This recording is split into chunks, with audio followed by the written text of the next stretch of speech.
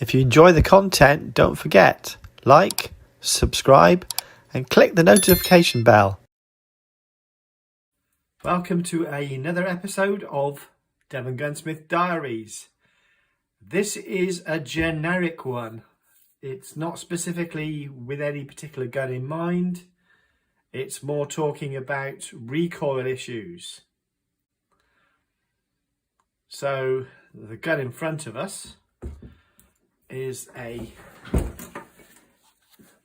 particular example of this, where I've actually done some of the work already.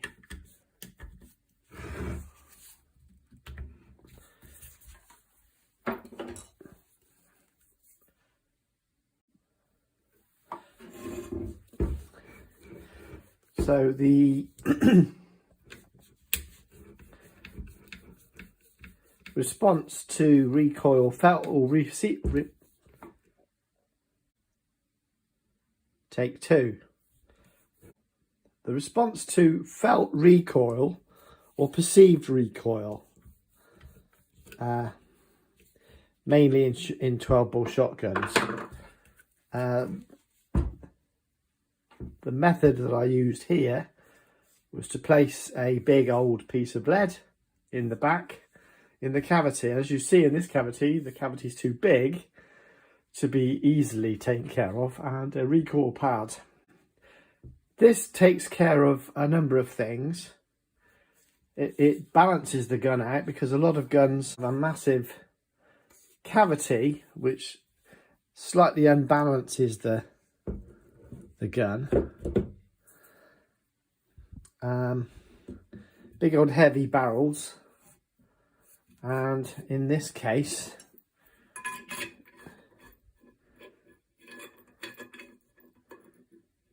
half and bore on the chokes, which we can come to in a second.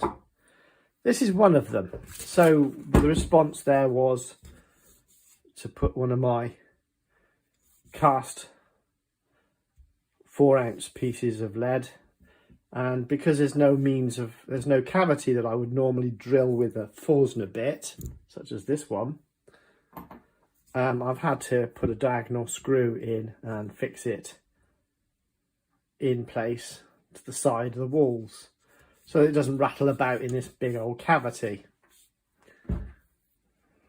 That's the first example. An amusing thing that happened was I got a text from the customer. The screw had failed. Epic fail. Okay, the solution was a lot easier. Dig out the screw and drill alongside it. Right, screwing back the recoil pad back on. One of the other methods is to reduce the pitch on the toe, which can protect and reduce the cheek slap, as well as some of the recoil. Recoil pads do the same thing too. So chokes will help, especially with the standard steel that we're going into now. It helps to have half and above, so you can shoot standard steel even if it was only proof for nitro, and recoil pad assists greatly in that as well. When you put your loads in, you're automatically putting about 3 ounces of weight into the gun, and when you fire the first shot, of course, you lose half of it. The second shot, there's more felt recoil on the second shot straight away, so that's something to consider. But when you add weight, it retains the weight. That small piece of lead gives you 2.5 ounces of weight. That big piece, I think, is 4. Yeah, it's 4. So look how much variation there is there. That little lump of lead will adequately cover the loss of the weight as you shoot them. So here we have a nice little side-by-side AYA, and this is what happened. The customer was complaining of cheek slap, so we reduced by increasing, if that makes sense.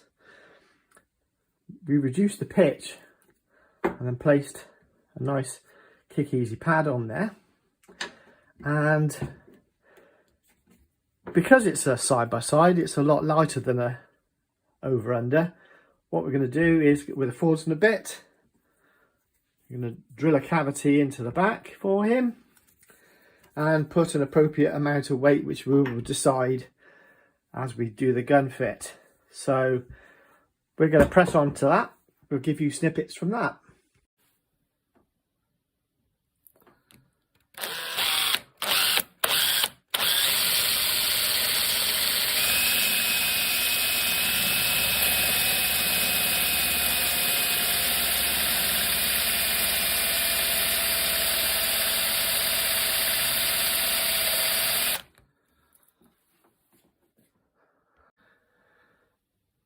So we've got a bit of a pocket there now, and there's a 2.5 ounce weight popping in there.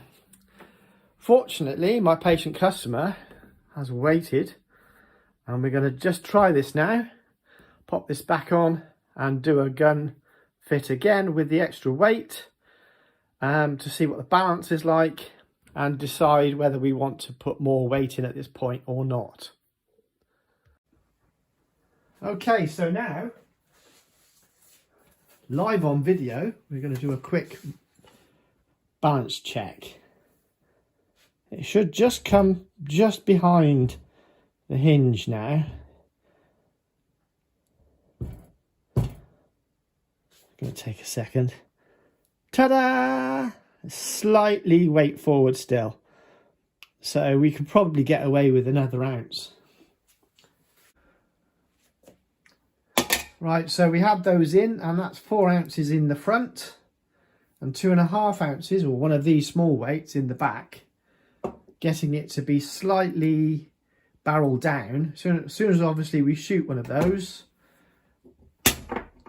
we've lost 2 ounces in the front straight away. Thereabouts. That's the brass one. That's the aluminium one. Obviously different in weight. Yeah, definitely. You get the drift though. But the combined weight, for the purposes, we don't want to be measuring and weighing out live rounds in a gun. We use heavy snap caps instead. So the first one you shoot, obviously bang, obviously the weight comes up on the front. So you've got to balance out how much you put in the back. I have been known to put a 4 ounce weight, which is this one. Especially when you're dealing with ladies and you've got a gun with a weight forward, you balance it out using the weight, and then they don't do that funny stance where they sort of stand on the back leg, like in all the best YouTube epic fail videos you see.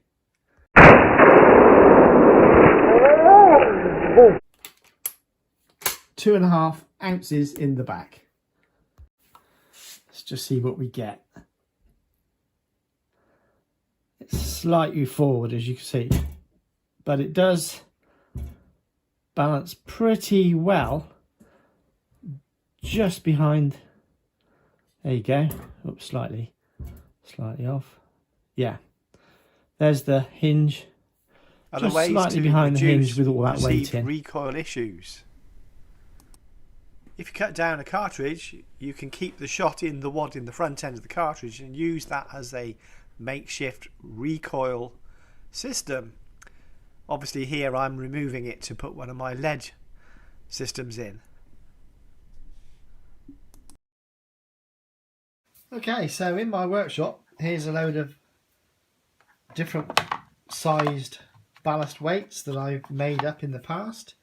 This one happens to be 3 ounce, and it will pop in there quite comfortably. So with a little bit of packing and wadding just to hold it in there, we can maintain the 3-ounce counterweight my customer actually finds beneficial. So on the Caesar Guarini, they use a sprung recoil system which sits in the back into a little pocket, much the same as the weights. Really, I mean, that's heavier than what's in there, with a little bit of a suspension on it to give you a little bit of a difference. But again, a nice gun. Same approach, essentially the weight in the back creating some inertia with the suspension system that they've got there, allowing the absorption of the recoil. Progressive Comfort recoil system back in.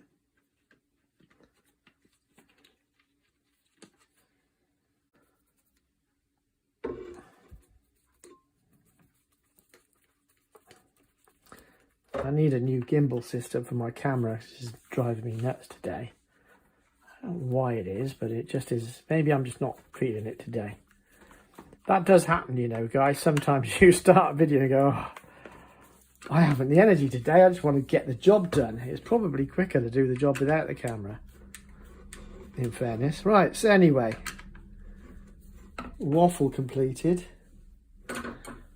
Progressive Comfort recoil adapter fitted, and then you see these little grub screws just drop that recoil pad, which could do with replacing, actually.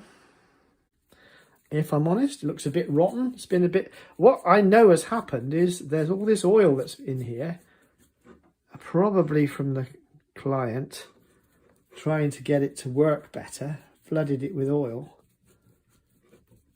Like a WD type of oil. It's a gunsmith hated oil because it's it's hydroscopic and it will draw water in eventually. Right, that's it. He's on. Yeah, so penetrating oils will do this. Will rot out these silicone or nitrile rubber. I don't know if they are silicone, but you know what I mean. Anyway, just need to check that off camera. Seems a bit...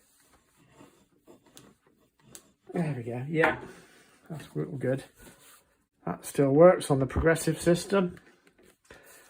And that's it, guys. If you like it, subscribe, check the notification bell, etc., etc. But that is it for today. That's all, folks. Thanks.